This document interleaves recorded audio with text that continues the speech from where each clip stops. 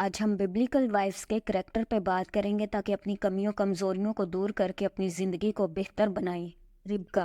ربکا نے دیکھا کہ اسحاق عیسو کو برکت دینے والے فوراً یعقوب کو تیار کر لیا۔ یعقوب نے کہا نہیں، میرے باپ کو پتہ چل گیا کہ میں عیسو نہیں یعقوب ہوں تو برکت نہیں لعنت آئے گی۔ کہتی تیری لعنت مجھ پر آئے، تو صرف میری بات مان، کیونکہ ربکا یعقوب کو پیار کرتی تھی۔ دھوکے سے یعقوب کو برکت دلائی اور اس کے بعد اپنی رہتی عمر اپنے پیارے بیٹے کا کبھی منہ نہیں دیکھا۔ وہ اپنے ہسبینڈ سے بات کر سکتی تھی، ڈسکس کر سکتی تھی چیزوں کو، پر نہیں کیا، چیٹ کیا۔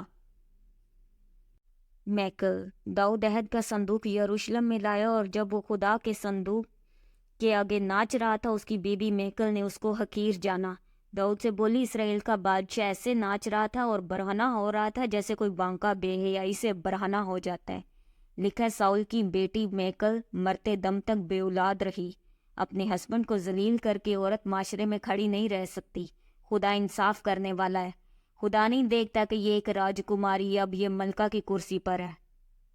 الیشبا زکریا اور الیشبا بوڑھے ہو چکے تھے، لیکن الیشبا بانجھ تھی۔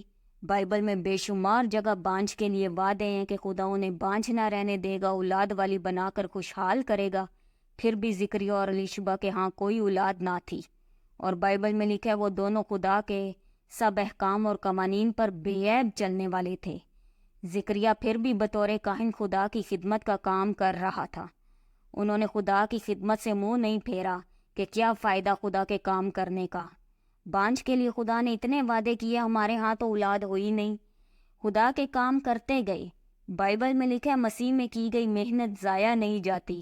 خدا نے جب دیا تو وہ بیٹا دیا جس نے یسوع مسیح کو بپتسمہ دیا۔ ہیرودیس کی سالگرہ پر ہیرودیس کی بیٹی نے ناچ کر ہیرودیس بادشاہ کو خوش کیا۔ بادشاہ نے کہا مانگو، آدھی سلطنت تک تمہیں دے دوں گا۔ بھاگی گئی اپنی ماں کے پاس۔ ہیرودیاس نے اپنی بیٹی کو مشورہ دیا یوحنا بپتسمہ دینے والے کا سر مانگ لے۔ ہیرودیاس اور ہیرودیس بادشاہ پر یوحنا بپتسمہ دینے والے نے کہا تھا کہ ہیرودیاس تمہارے بھائی کی بیوی ہے، اسے رکھنا خدا کے حکم کے خلاف ہے۔ تو ہیرودیاس رونگ ریلیشن شپ میں رہ رہی تھی اور اپنی بیٹی کو بھی رونگ مشورہ ہی دیا۔ ایک گناہ میں گری ہوئی عورت کی سمجھ بھی کام نہیں کرتی، اپنی رنجش میں رہی، اپنا گناہ ڈھانپنے کے چکر میں یوحنا کو مروا دیا۔ اگر وہ اسپرچول عورت ہوتی، صحیح ریلیشن شپ میں ہوتی، تو اپنی اولاد کو بھلا مشورہ دے سکتی تھی کہ جس طرف یوحنا بند ہے ادھر کا حصہ لے لو، سلطنت آدھی بولا گیا ہے ادھر کا حصہ لے لو، یوحنا کا کیا کرنا ہے بعد میں دیکھیں گے، پر دماغ کیسے کام کرے گا۔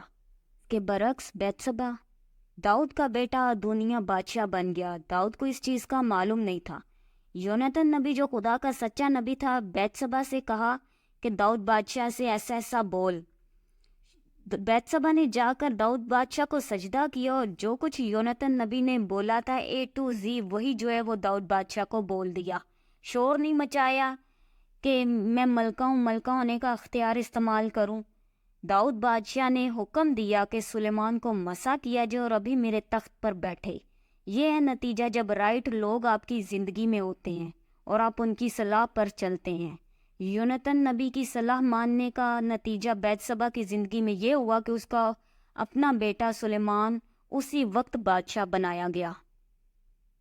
لوط کی بیوی، فرشتے گئے سدوم اور عمورہ کو ہلاک کرنے، کیونکہ سدوم اور عمورہ ایک گناہ آلودہ ملک تھا۔ لوط کو اس کی بیوی کو اور 2 لڑکیاں ان کو بولا ہم اس جگہ کو ہلاک کرنے والے ہیں، یہاں سے نکل جاؤ اور پیچھے مڑ کر نہ دیکھنا۔ لوط کی بیوی کے دماغ میں سدوم اور عمورہ اتنا گھسا ہوا تھا کہ پیچھے مڑ کر دیکھ لیا۔ ایک نافرمان عورت تھی، اسی وقت نمک کا ستون ہو گئی۔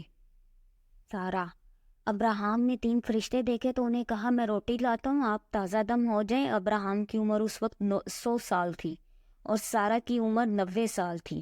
لکھے ابراہم سارا کے پاس ڈیرے میں دوڑا گیا اور سارا سے کہا 3 پیمانہ باریک آٹا لے اور جلد پھلکے بنا۔ جبکہ ابراہم ایک غریب بندہ نہیں تھا، گھر میں کئی نوکر چاکر ہیں، پر اپنی 90 سالہ بوڑھی بیوی سے کہا کہ جلدی کر پھلکے بنا۔ بیوی آگے سے بحث نہیں کر رہی کہ کسی کو بھی کہہ دو، کیونکہ سارا جو ہے ابراہم کی تابع دار رہنے والی عورت تھی اور خدا کے کاموں کا بھی آنر کرنے والی عورت تھی۔